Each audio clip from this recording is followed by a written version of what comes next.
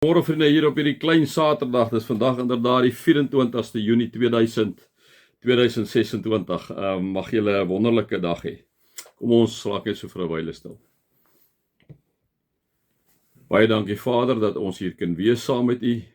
Baie dankie dat ons nie hoef te twyfel, Here, dat U saam met ons is nie. Here, baie dankie dat ons nie eens verkeerd kan bid nie, want U sê die Gees tree vir ons met onuitspreeklike sigtinge by die Vader in. Dankie daarvoor, Here. Amen.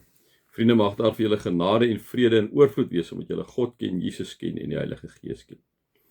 Julle vriende, is vir my amazing eintlik, soos ek nou vir julle sê, dis ook vir my die reis wat ek so saam met julle gaan, is vir my regtig, vir myself persoonlik, regtig 'n goeie reis. Ek moet sê, soos ek nou wel 'n paar geleenthede gesê het, die hele Hebreërbrief, absoluut, as jy die konteks, dis die grit, die heeltyd hou daar en jy lees dit dan, ja vriende, dit maak hom net soveel ryker, né?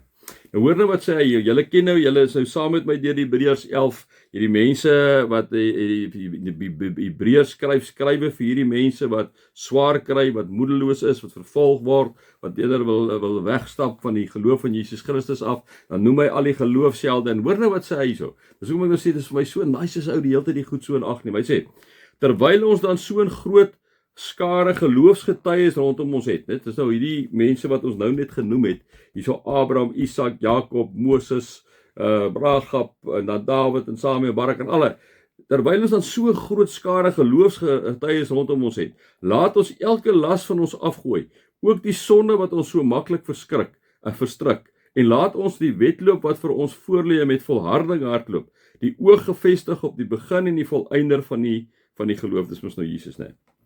So wat kom sê hy vir ons, julle het in die konteks, so wat kom sê hy sê, hoor hierso, julle het nou al hierdie ouens wat so glo, ek het nou vir julle vertel van hulle almal, en julle sien nou maar, hulle het passievol in God geglo, né? Nou kom sê hy vir hulle, weet julle, terwyl ons dit nou het, laat ons elke las van ons afgooi, dit wat jy nou dink, ja, dit is, die Here gaan nie jou kan help daar nie, en dat jy so bekommerd is oor nie en bekommerd, hy sê, gooi daai las af. Julle het nou al hierdie geloofsgetuies gesien, ek het vir julle almal vertel, julle weet God is lief vir julle, julle weet die Here is by julle, die hele verhaal van Moses met die Rietsee en alles, en die Israeliete, en gooi die las van julle af, vertrou die Here nou, hoor ek om vir hulle sê, né? Ook die sonde wat ons so maklik verskrik, dan kom hy so, gooi elke las af, jou bekommernisse, goed wat jy gooi af, maar hy sê, gooi ook die sonde van jou af, want hy sê, die sonde verstrik ons so maklik, is dit nie waar nie? Dit is so, die sonde verstrik jou baie maklik, die sonde vat jou oog van Jesus af, die sonde vermaak dat ek en jy nie in 'n lekker verhouding met God staan nie, want jy wil nie met hom gebid en met hom gepraat en die Bybel uitlees nie, want jy weet wat hy vir jou gaan sê, ne?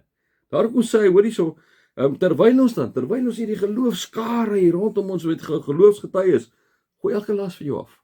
Moenie bekommerd jou wees nie. Die Here is by jou, die Here is saam met jou.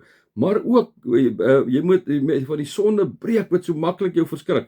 En dan sê hy, hoekom moet ons dit doen? Die las aflê, want bekommernis maak dit ons wegtrek van Jesus af. Sonde maak ons wegtrek van Jesus. Hoekom? Hy sê, want laat ons die wedloop wat vir ons voorlê, met volharding hardloop. Ons oë gefestig op Jesus, die begin en die einde van die geloof. Dit bring ons terug by die verhaal van Petrus toe hy die boot uitgeklim het.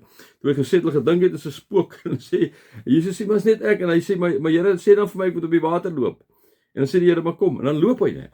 Sy oë was gefestig op Jesus. En wat het gebeur? Die oomblik toe hy na die branders kyk, wat baie menslik is, né? Wat toe sink hy?